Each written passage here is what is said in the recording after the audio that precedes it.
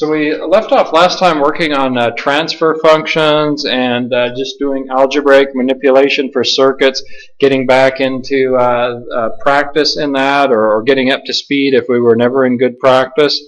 And I wanted to continue along with that.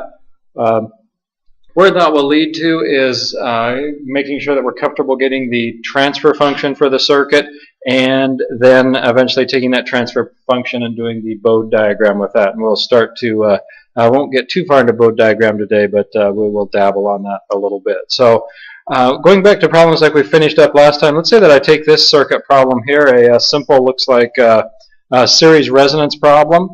And I want to derive the transfer function. I'm going to take my output signal, my output voltage across the capacitor there, and my transfer function by definition is going to be my output signal, V0, divided by the input signal. So if we look at the output voltage here, by simple voltage division, I could say that that was the total voltage across everything, so Vs, times the impedance of the capacitor, which is 1 over j omega c, and then I have to divide by the total impedance, so that's going to be R plus j omega L plus 1 over j omega c. Okay.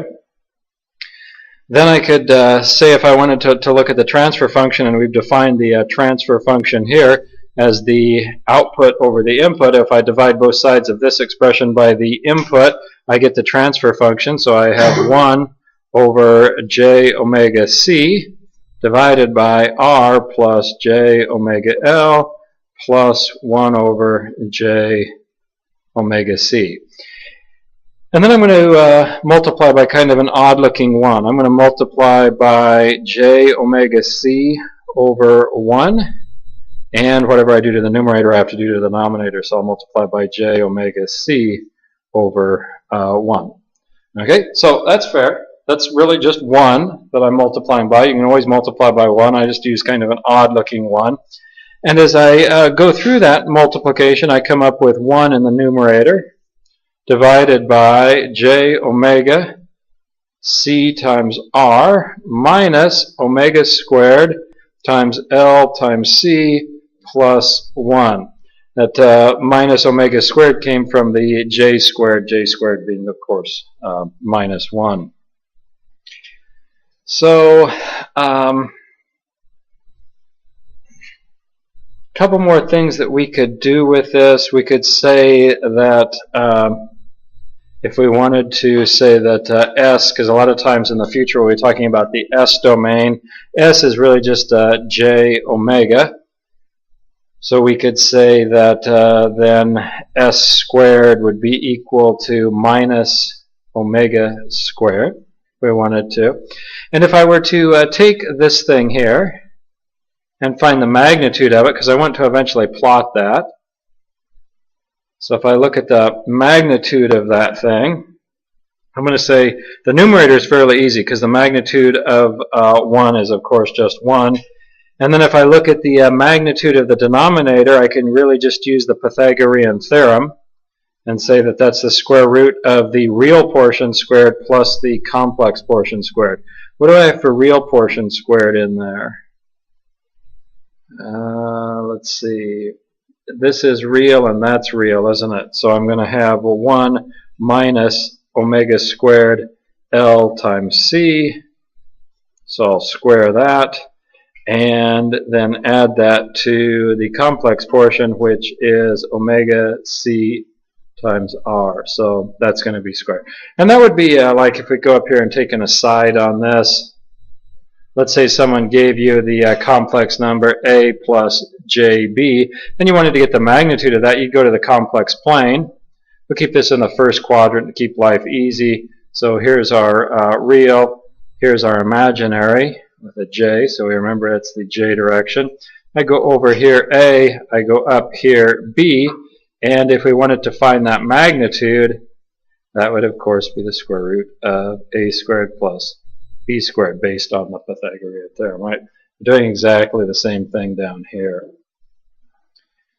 So that would be the magnitude of that. Yes? So since in that equation we have minus omega squared LC plus 1, is that that's always going to be a negative value then, assuming that L and C are. Yeah, that's always going to be So negative. would that be on the negative part of the real? Depends on how big the terms are, whether it's going to be larger than or because depending on omega is usually a fairly large number, but L and C could be very small numbers, so it could still be positive. Okay, so if we go then to, and if you go to the website for the class, you've probably been there, hopefully been there, wandered by there occasionally. There's folders at the bottom of the page, and one of the folders is transfer functions. We'll be looking at those folders, and there's another one we'll be looking at pretty soon, which is Bode plots. But in the transfer functions folder, if you look at function plot 2, you'll come up with some MATLAB code. And if you don't have MATLAB, oftentimes I put similar code in terms of FreeMat. I think this would copy into FreeMat pretty readily, so I don't think that there's necessarily a problem with this one. So we come up with a log spacing for our frequency. We specify what our capacitor is, what our resistor is, which is our resistor is pretty low. That's kind of living in fantasy land there. There's our inductor. And I have, a lot of times I'll break things into numerators and denominators, so I have my HD, that's the transfer function denominator. So we have this one, actually, I didn't bother to find the magnitude. I just went back to this expression right here, because MATLAB is perfectly comfortable dealing with complex numbers. It uses both i's and j's. You can see here where I input this as a j. Then I just put 1 in the numerator, and I plotted this thing. So I won't belabor that, because you can go into the file and download that for yourself. But the plot that you get on this thing looks something like this, and we would recognize then immediately what kind of filter is that? Yeah, bandpass filter with our resonant frequency right here. So that works out pretty well. Questions with that? So a good exercise there, and you can go in and download that information if you want to. Let's try a slightly different one as we continue to try and practice on this, unless there's questions.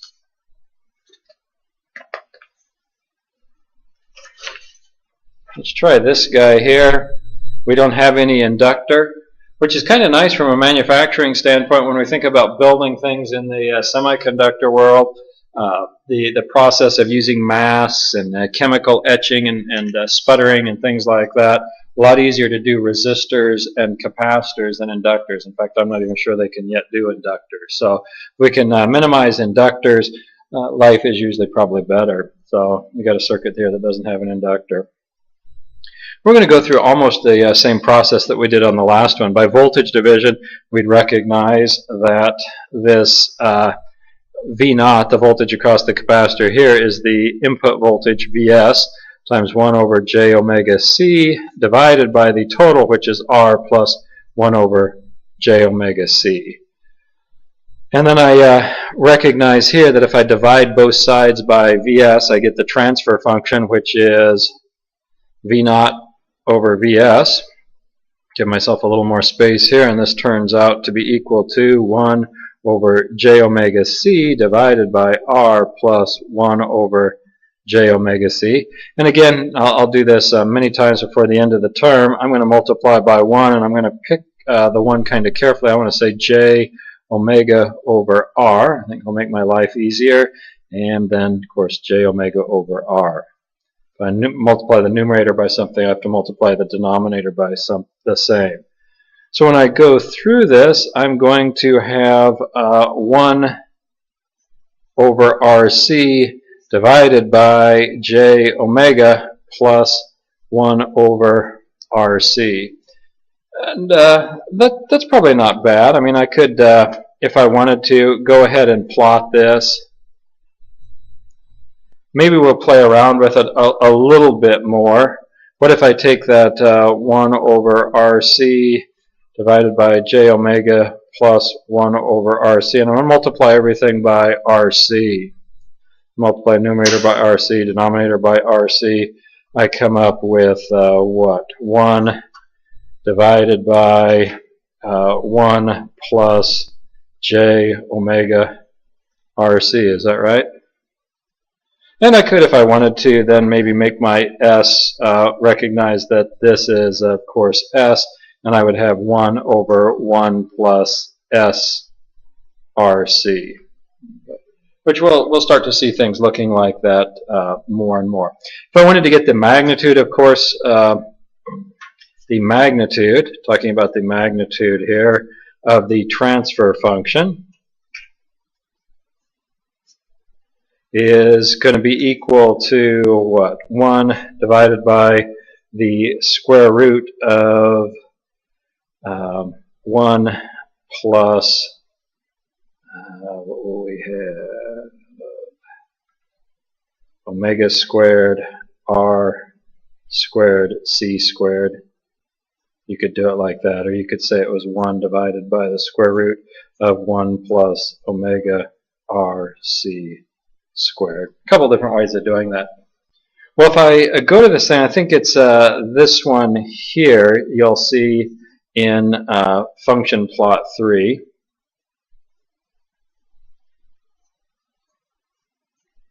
So again, go onto the website. Let's see what that looks like.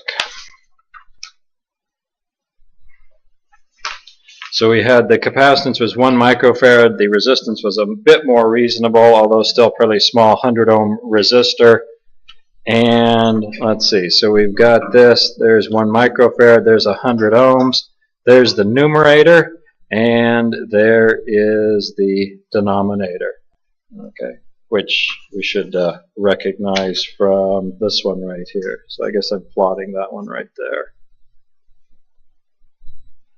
So I go ahead and just plot that on a semi-log plot, and we come up with something that looks like this. So what would we say this thing is? Yeah, low-pass filter. Okay. So low-pass filter. Well, the reason for doing all this is eventually we're going to try and turn circuits into something that looks like this, and that's going to be really important when we start looking at the Bode plot. Let's try one more that diverges a little bit, but it's probably good practice as we make sure our algebra is up to speed. If you've noticed, this requires quite a bit of algebra work and math. Yes? Will we need to make some of those plots in the test in that? It could be. I mean, that might be helpful to be able to do those in MATLAB. It won't be a question. Like, should we brush up on some of our You should always know MATLAB, yeah. If you don't have MATLAB on your computer, I'm not saying you need to go out and drop the $100 to put MATLAB on your laptop, but I'd probably download free Mat. That would be pretty handy on there. Yes? So the S that you're using, is that just to kind of simplify it and compound it down? Yeah, we're going to talk. Your author talks about going into the S domain, and that's really just j omega to simplify it. It's like an S we used last time. Did we use an S last term? Q and S. Oh, S was complex power. Yeah, totally different S. That was capital S. This is lowercase s. Because I was not understanding. Yeah, the less worthy lowercase s. So yeah, they live on the bad side of town. The lowercase s's do. So. No, totally different thing from complex power. Totally different. Okay, so let's try this thing here. We're not going to come up with the transfer function, so we switched gears a little bit there, but we're going to do a lot of algebra, working our way through this, which is good. It's been a little while since we've done a problem like this. We're given a circuit like this. The odd thing is we're given this in time domain. It's been a little while since we've seen a circuit in time domain. And I'd like to come up with the value of C for resonance. So what value of capacitance there do I have to put in this thing so I can get resonance? Well, if we look at this circuit, what's omega in this? Well, remember that our expression was that the voltage as a function of time would be equal to some magnitude times the sine, or in this case we'll say the cosine, of what? Omega t plus the phase shift theta. So in our case, we could say that omega is equal to what? 2 radians per second. Okay, so it's 2 radians per second. The magnitude there, I don't know that the magnitude's too important, but we could sort that out if we wanted to. Well, with the omega being 2 radians per second, I can talk about the impedance for the inductor, which is j omega L. We remember that from last term. So that's going to be j times 2 times L, which is, what was our inductor for? So we're going to come up with j 8 ohms. And while we're doing this, let's talk about, I guess we just have resistors there, don't we? So we don't have to worry about those. Those are what they are, whether they're time domain or phasor domain. But for the capacitance, and we're looking for the capacitance, so this is going to be in variable form, but we're going to have 1 over j omega c, which would be, if we wanted to, minus j over 2c. I don't know what c to put in there, but I do know the rest of that, right? I get that negative sign because I put the j in the numerator. Of course, omega is 2, so I've got that. So let's see if we can go through this then. If I look at this circuit,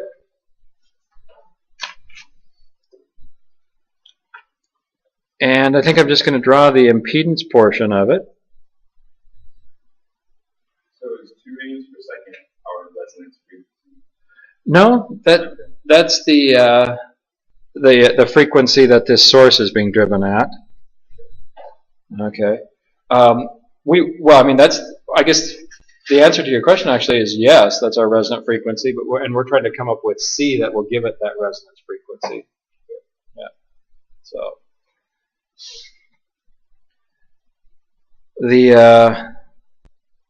So yeah, I guess it was no, in that we're not necessarily looking for the resonant frequency, but we're given that frequency and we're trying to match C so that becomes the resonant frequency. I think I've complicated that about as much as I can.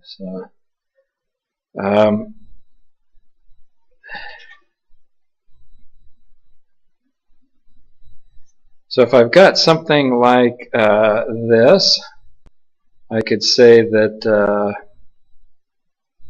maybe I'll keep this in variable a little bit. Let me talk about this as R1, maybe R2. We could talk about this as Z sub C. And we could talk about this as Z sub L. And we could say that the impedance looking in on this thing, that the total impedance of this thing would be equal to R1 plus Z sub C in parallel with R2 plus Z sub L, right? And probably the easiest way to make that parallel happen is product over sum. So I have R1 plus Z sub C times R2 plus Z sub L divided by, I add the whole thing up, R1 plus R2 plus then Z sub C plus Z sub L. I guess I need to put a plus there. Z sub L. Yes. Okay. So when I multiply this thing out, what do I come up with? I'm going to have R1 times R2 plus R1 times Z sub L plus R2 times Z sub C plus Z sub L times Z sub C, right? And I'm dividing that thing by R1 plus R2 plus Z sub C plus Z sub L. So I could start to make the substitutions for that. What's that thing look like when I start to substitute the values in? Well, R1 and R2 stay the same. And then R1 is the same. Z sub L, what did we say that was? J8, is that right? Do I not plug in the resistance value? Yeah. Let's see. Well, I guess we could. Well, I'll do this. I'll do this bit at a time. So we got R1. Let's see. ZL. What did we say that was? That was up here. J8. So that's J8 plus R2 times Z sub C, which is a minus J over 2C, plus a J8 times a minus J divided by 2C, all divided by R1 plus R2 plus J times Z sub C, which is going to be a minus 1 over 2C because I factored the J out, and then Z sub L will be a positive 8. Yeah, that's looking good so far. Let's see. I guess I could put the values in here. What is R1? R1 is 4, R2 is 6, so this turns out to be 24, right?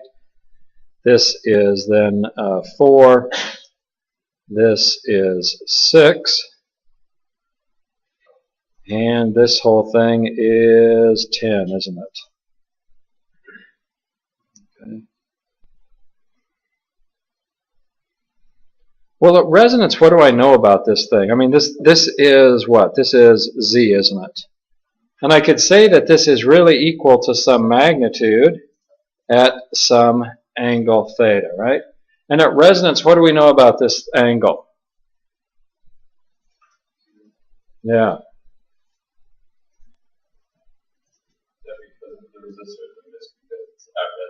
That's because it's at resonance. We're getting the capacitor and the inductor to cancel each other out, and it looks resistive. Okay, so with that, let's see where we can take that.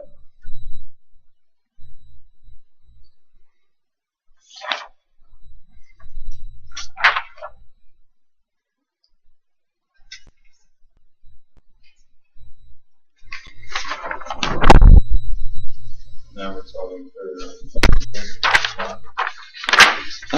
Well,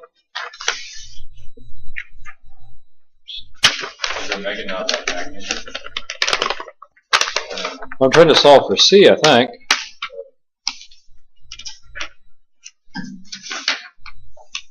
So I'd like to take this thing, this expression that we had here, and come up with the angle. So remember, I'll find a little space here. Going back, if we have something that's A plus JB, when you plot that thing, you're out here A in the real and you're up B, and there's that point. You can find that angle there.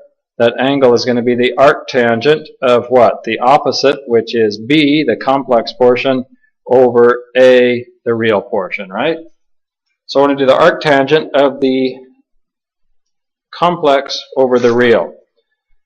So I look at this thing, and if I look at the angle of the numerator, what does that come up as? Well, this, maybe I'd better be a little bit careful here and make one more step. So this 24, that's real for sure, isn't it? So I have 24. And then this is not real. That's got a J in it. This is not real. That's got a negative J in it. And this one's got 2J, so we've got to be careful with that. That's going to turn out to be what? J squared gives me minus 1, which cancels the negative number. So I come up with what? Positive 8 over 2C, which would give me 4 over C. Okay, so that's the real piece there, plus J. I'm going to, if I factor a J out of there, that gives me J 32, right? 4 times 8, 32. And then this one is 6 divided by 2, gives me 3 in the numerator, so I'll have minus 3 over c. Are we okay with that? 6 divided by 2 is 3. The negative sign stays. Yep. Okay. So we got the numerator. So then the denominator, I'll do similarly. Should be a little easier. I guess that's already set up. 10 plus j. And then I have 8. Let's switch the order there. 8 minus 1 over 2c. So if I want the angle of this,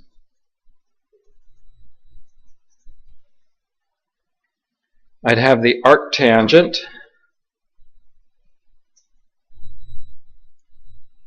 of the imaginary portion, 32 minus 3 over c, divided by 24 plus 4 over c.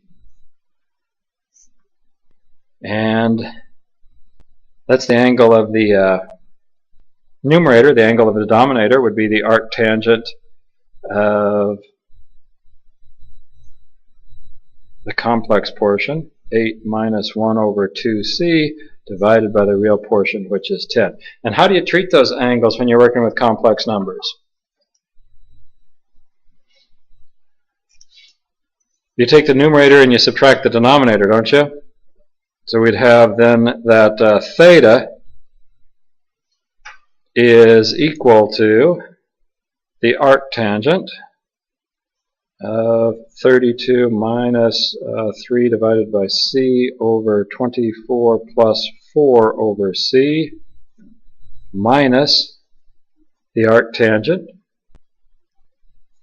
of 8 minus 1 over 2c divided by 10.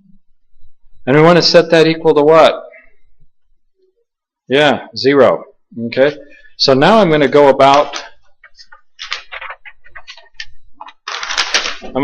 solving this expression right here. So the first thing I should probably do is take the tangent of everything, because the tangent of 0 is 0.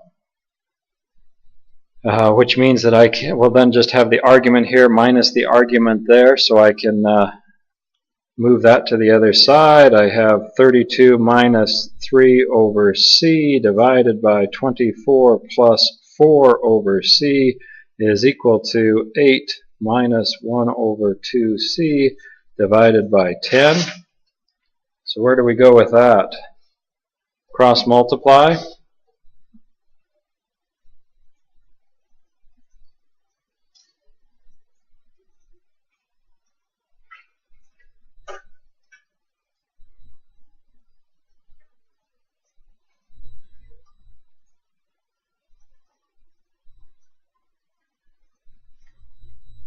I think that's what we'd have. There are a lot of people sliding out their calculators or wishing they had MATLAB or something like that. Because our task then is to find C, right? You could FOIL this thing out, collect the terms. You're going to get a quadratic when you get done with it. So C, when everything's said and done, C turns out to be equal to 25 plus or minus, because it's the quadratic, you can use the quadratic equation, 19.21 divided by 128, which gives you C values of 0.345 or 0.0452. So you could say that C is going to be equal to 45 millifarads or 345 millifarads. The two answers on that. So I just want to get a little practice with that, dealing with the angles and such. Questions with that?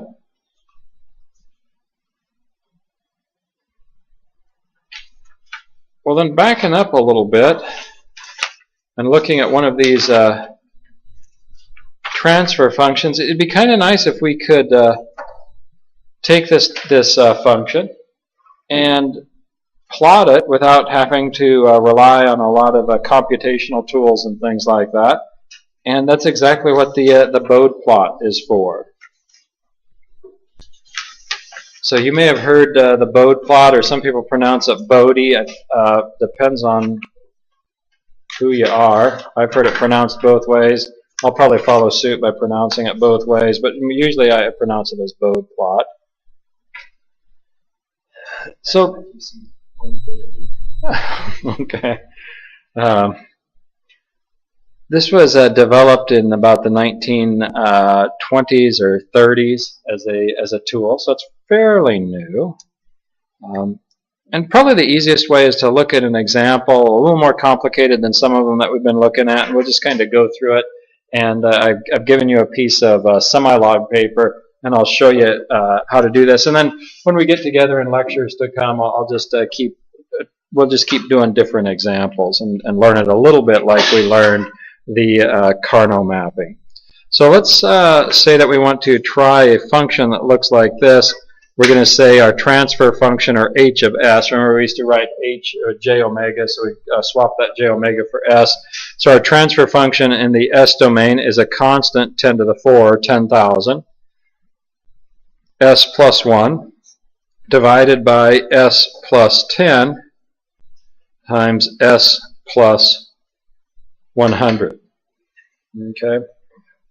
And when we get together next time, we'll talk a little bit more about the theory behind the Bode plot and talk about poles and zeros and some things like that. But let's get into drawing it first. So, and does this not look a little bit like what we've had in the past? I mean, if we had some of these transfer functions, just a little more complicated form of that, right? Okay. You're going to have multiple poles and multiple roots rather than just one. But let's see. The Bode plot, I want to get the function in terms of decibels. So let me rewrite this as h of j omega. So I'm going to have, let's see, 10 to the 4. What would that be? I could say that that was 10 times 10 times 100. Isn't that 10,000? 100 times 100 will give me 10,000. Yeah, that should be correct. Okay, and then I'll say that this is s plus 1, or I should do it j omega, shouldn't I? And maybe I'll switch the order a little bit. So I'll say that I have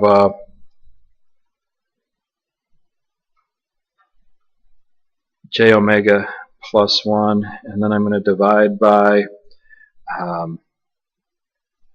j omega plus 10 and j omega plus 100. Okay. And I think that I will multiply this by, I think it's going to be a little easier to see when we go to the Bode plot. I'm going to multiply by 1 over 10. And I'm also going to multiply by 1 over 100. And likewise, if I do it to the numerator, I've got to do it to the denominator. So I'm going to multiply this by 1 over 10. And I'll multiply this by 1 over 100. So those are what I'm multiplying by. Essentially 1 over 1,000, but I broke it up a little bit differently. So when I do that, I get to cancel essentially that one with the 10, and I get to cancel that one with the 100, so I have 10 in the numerator times j omega plus 1. You okay with that? And then when I get to the denominator, let me multiply this 1 over 10 times this first one. So I will have 1, or I'll have j omega over 10 plus 1. And then multiplying this 1 over 100 times this second one, I'm going to have j omega over 100 plus 1. And I'll rearrange this just a little more. I think make it a little easier for us to see as we go into the decibels. We've got 10 times 1 plus j omega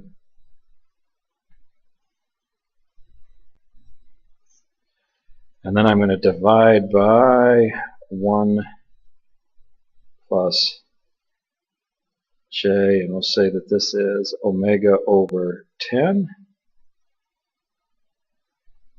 And then 1 plus j, and we will have omega over 100. So really the exact same thing. I just rearrange things so I can look at it slightly differently as I go through this. Okay.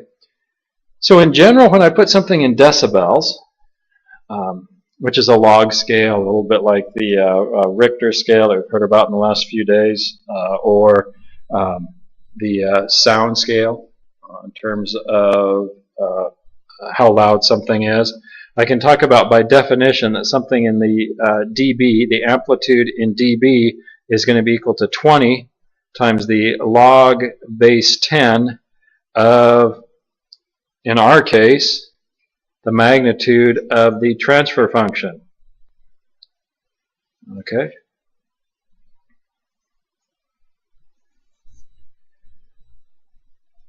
And if we think about the log scale, something that is, what does multiplication look like within the log scale? So when I'm thinking about log, and all of our work is going to be base 10 log, which is a little different. Most of the time in math, you probably, well, I guess sometimes probably in probability or statistics, you've used some base 10, but most of the time you probably use natural log. But this is indeed base 10, so now I'll write that as LOG. When we think of log, what is addition and addition? We can think of as multiplication. Yeah, maybe I should rewrite that and say that multiplication looks like then addition, and division looks like what? Subtraction. Okay? And that's really the principle behind the slide rule. It turned multiplication and division into addition and subtraction with the log scales of the slide rule. So if I write this in decibel form, I could say that in decibel form, I have our first term is going to be 20 times the log base 10, and I'll always just write it LOG. And whether I use a lowercase g or an uppercase g, that doesn't mean anything, but LOG. And not everyone does that. Some people use LOG for natural log and whatnot, so you got to be careful.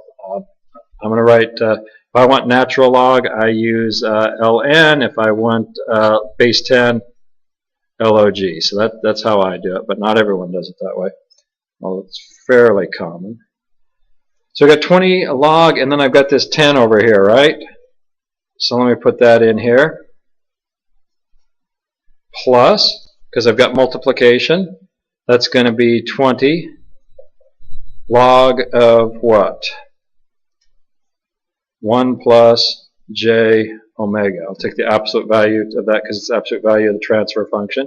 And then I have to start subtracting, don't I? Because those are in the denominator. So I'm going to have to subtract off 20 times the log of what? Absolute value of 1 plus j omega over 10. And finally, I have to subtract off 20 times the log of absolute value of 1 plus j omega over 100. Okay. So 2 positive terms, 2 negative terms. That seems to work. Okay, you might say, well, this does not seem a fair exchange for what I have up here. But if you're thinking about trying to do this without a calculator, and I think the used to be the Bode Plot was really powerful because they didn't have a lot of calculators hanging around. Probably today it's more powerful from a conceptual standpoint. So bear with me here. And let's see if we can plot this thing. So I'll grab a piece of graph paper here.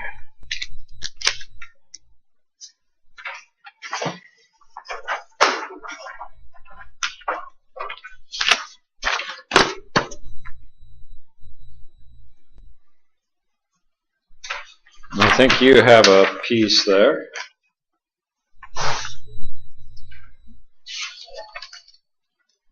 Okay, so I'm going to use this. I'm going to put my amplitude in decibels over here, and I'll start at about, let's say this is about 0, and maybe go on up to about, let's see, I'm going to need to get to 40. So I'll say that this is 1, 2, 3, 4. So I'll say that's 10, 20, 30. There's 40. Okay. I started at 0. Oh, well, I'm gonna go negative numbers. This is linear over here. No, I know. Did you start 10 as these linear of these horizontal rows? Oh, how far did I start up? 1, 2, 3, 4, 14. It doesn't really matter. I just needed to make sure I had enough to get to 40, because that's as large as this is. I'll say this is minus 10, yeah. Minus 20. Okay. And then over here I get the log scale. So this is my frequency omega, radians per second. Okay, and I'm going to start with saying that this is 1. I've got this darn thing upside down, don't I? That's not very good. Isn't that right? Yes. Darn. Okay.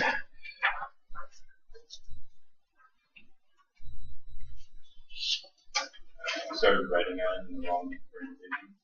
I did. So disregard those remarks. I think I'm good now. Yes. Let me do the log scale first, so I don't waste time again. Okay, so I'm going to say that this is 1. I'm going to say then that this is 10. I'm going to say that this is 100. And this is 1,000. And this would be 10,000. I don't know that we even need to go that high. Okay, so that's the log. And I'm just going to lay out these others.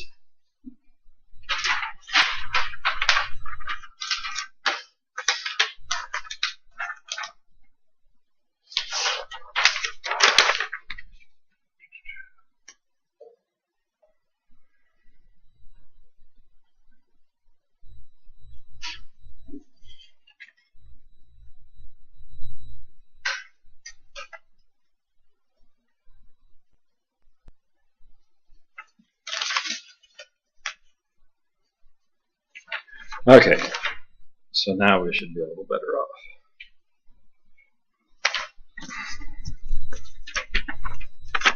So if I take this thing and I try and plot this, basically I can plot each one of these terms and add them together or subtract them. I mean, combine them, maybe I should say.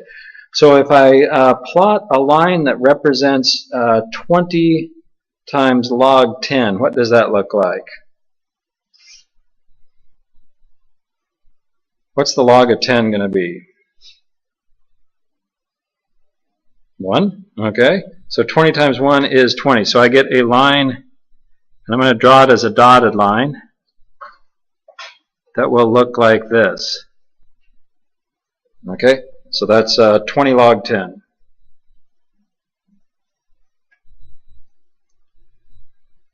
Okay, so we've got that one done.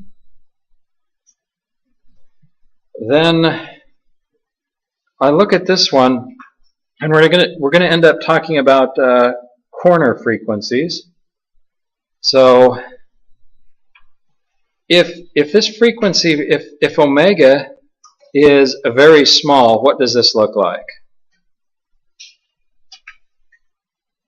So let's spend some time talking about this term here.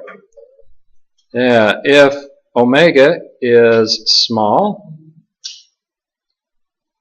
this really looks like 20 log of 1, which is 0, right? Okay. So let's see if we can plot that. So I'm going to start out here at 0.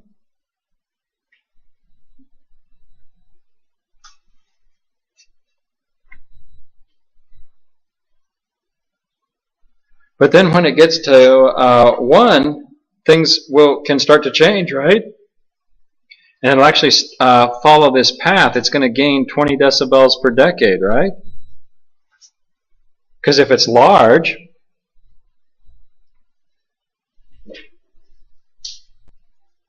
what do we have? We have 20 times the log of j omega, right? Okay. So when I look at that, it comes up here, it turns at this point and goes up 20 decibels per decade. So I go 1 decade, that's from 1 to 10, and I should hit this point here, right?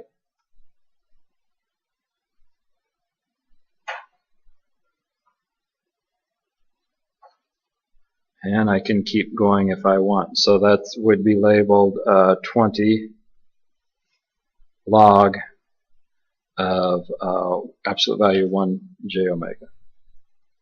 Okay? You okay with that? So that sometimes throws people. If omega is sufficiently small, it's going to act like 0. Then if it's sufficiently large, it looks just like omega. And you might say, well, it doesn't. It's not that simple. There's this transition, and I would agree with you that this is a straight line approximation. When we talk more about Bode plots, we'll call them straight line approximations. And there probably is some real, maybe I'll use a different pen here. I probably don't see the color, but the weight you'll see. Probably in real life, there's some transition there, and we'll talk a little bit about that. But remember, we haven't grabbed a calculator yet, so we'll have to be satisfied with these straight line approximations if we want to keep going with this. So let's look at this one. This is going to do what? I mean, this last one, it turned the corner and went up because it was positive, and it did that at 1, didn't it? What about this one? What's this going to do? Well, it's going to turn a corner, but because it's negative, it's going to go down. And where's the corner on that one going to be? At 10, right? Okay, so it's going to go along at 0. And at 10, then things happen. We have a corner there, and it's going to turn down at 20 decibels per decade. So I'm going to head to this point.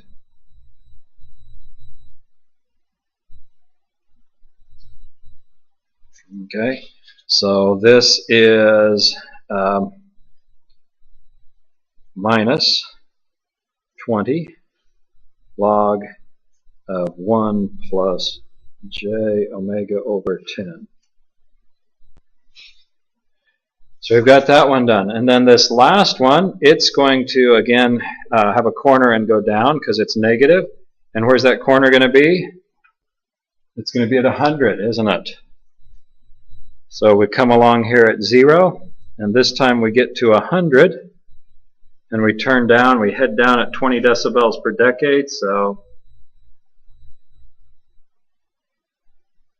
I get something like that. So there is minus 20 log 1 plus j omega over 100. Okay, so I've tried to draw those as dotted lines because what did we do with this expression? We just added them all up, didn't we? We took this and added to that and added to that and added it to that. So if I do that graphically, what does this look like? Well, if I'm at 20 and I add 0 and there's 3 lines here, so I'm going to add 0, 0, and 0, I'm still at 20, aren't I? In fact, I'm going to be at 20 to this point. So I'll make a nice firm line there. Okay. And then what happens? I start to go up for a while, don't I?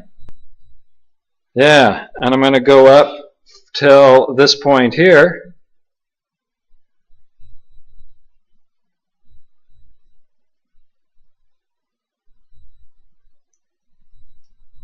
Like that. Okay. And now these two aren't, or this one at least, is not 0 anymore. So while I've got this one, it's still going up, right? What's this one doing? It's going down. So instead of going up, I'm going to do what? Yeah, I'm equilibrium. I'm going to start to traverse over like this.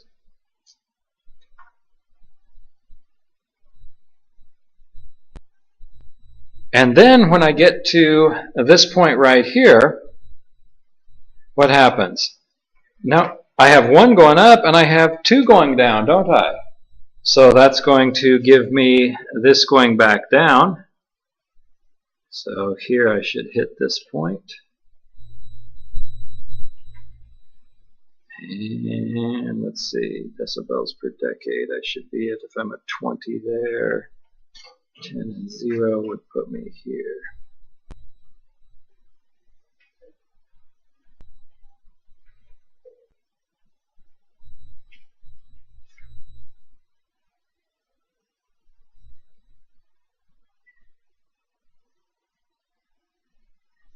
So we got something like that. So it looks like a bandpass filter with resonance about, what did we say, about 50 radians per second. Okay. And we did that all without using a calculator. So are the bandpass filters we've been looking at, is that on full log? Well, the ones we've been looking at is on a linear, both axes linear, and not on the decibel scale. So the decibel is the more accurate, that's why we're seeing sharper. Well, the decibel, this is an approximation, so I would say that this is less accurate. But it's a finer scale. Right? Well, those curves, instead of having things that look like,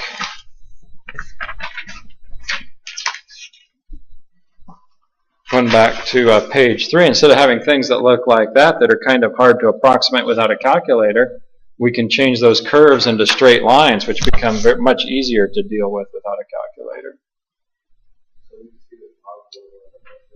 What's that?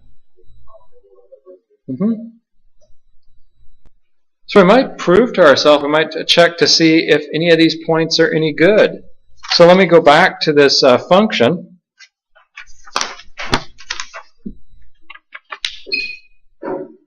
And we'll spend quite a bit of time in the, on Wednesday talking about Bode plots, practicing them because there's different things that come up, different possibilities. But let's calculate this thing. It should be page 11. So I'm going to take that transfer function we left off. What was our final form on that? Yeah, there we go. 10 times j omega plus 1 divided by, yeah, let me switch the terms on that.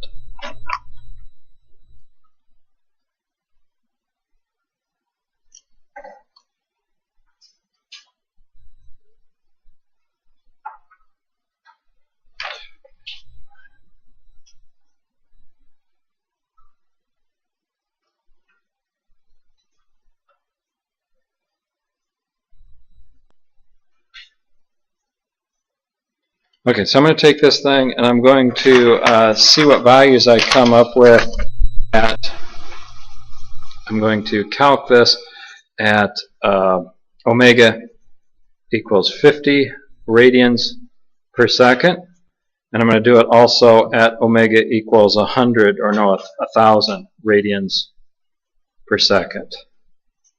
Yes? Why did you decide to put the 100 over omega instead of j omega? I mean, I know it means the same thing, but just that's how you write it. Because in the bottom one, you wrote j omega over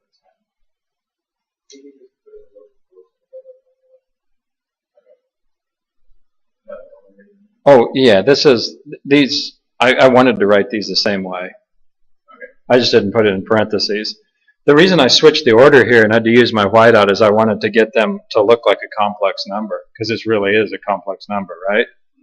So if I go through this thing, if I talk about this transfer function at J50, J omega, I'm going to have 10 times 1 plus J50 divided by 1 plus J, let's see, 50 over 10 is 5, times 1 plus J 0.5, because 50 divided by 100 is 0.5. We'll get a number there, and we'll do this also for H of J 1000.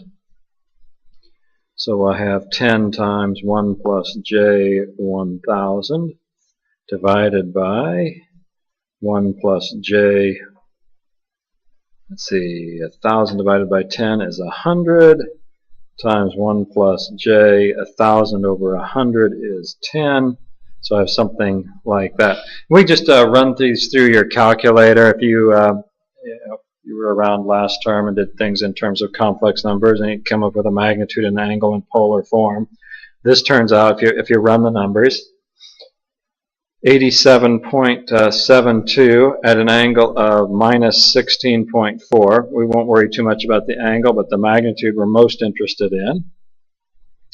And then this one turns out to be 9.95 at an angle of minus 83.7.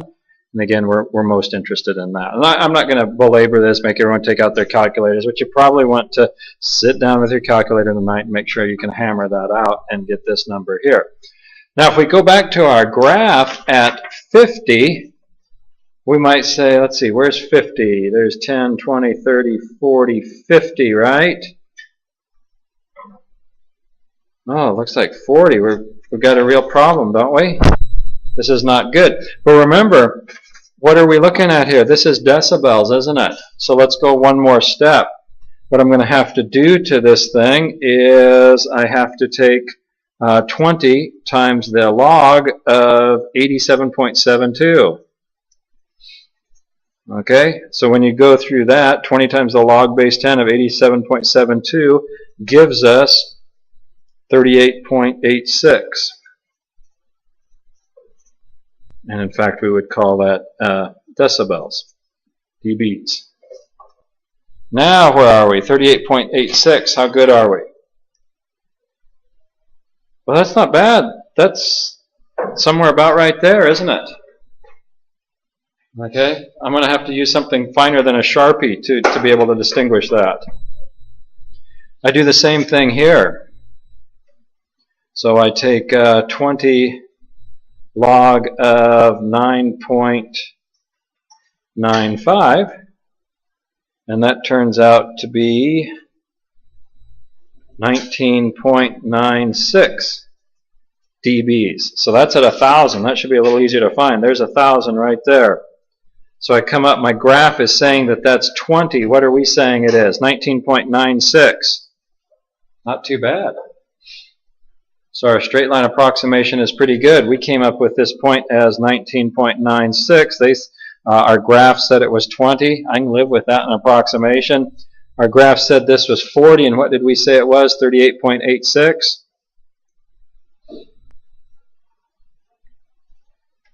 30 there, don't I?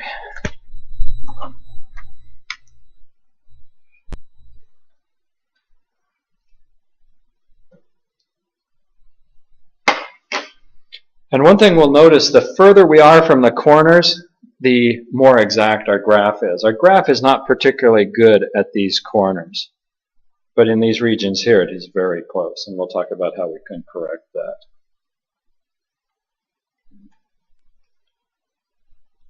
So your author talks about the Bode plot in Appendix E of your textbook, so you may want to read through that.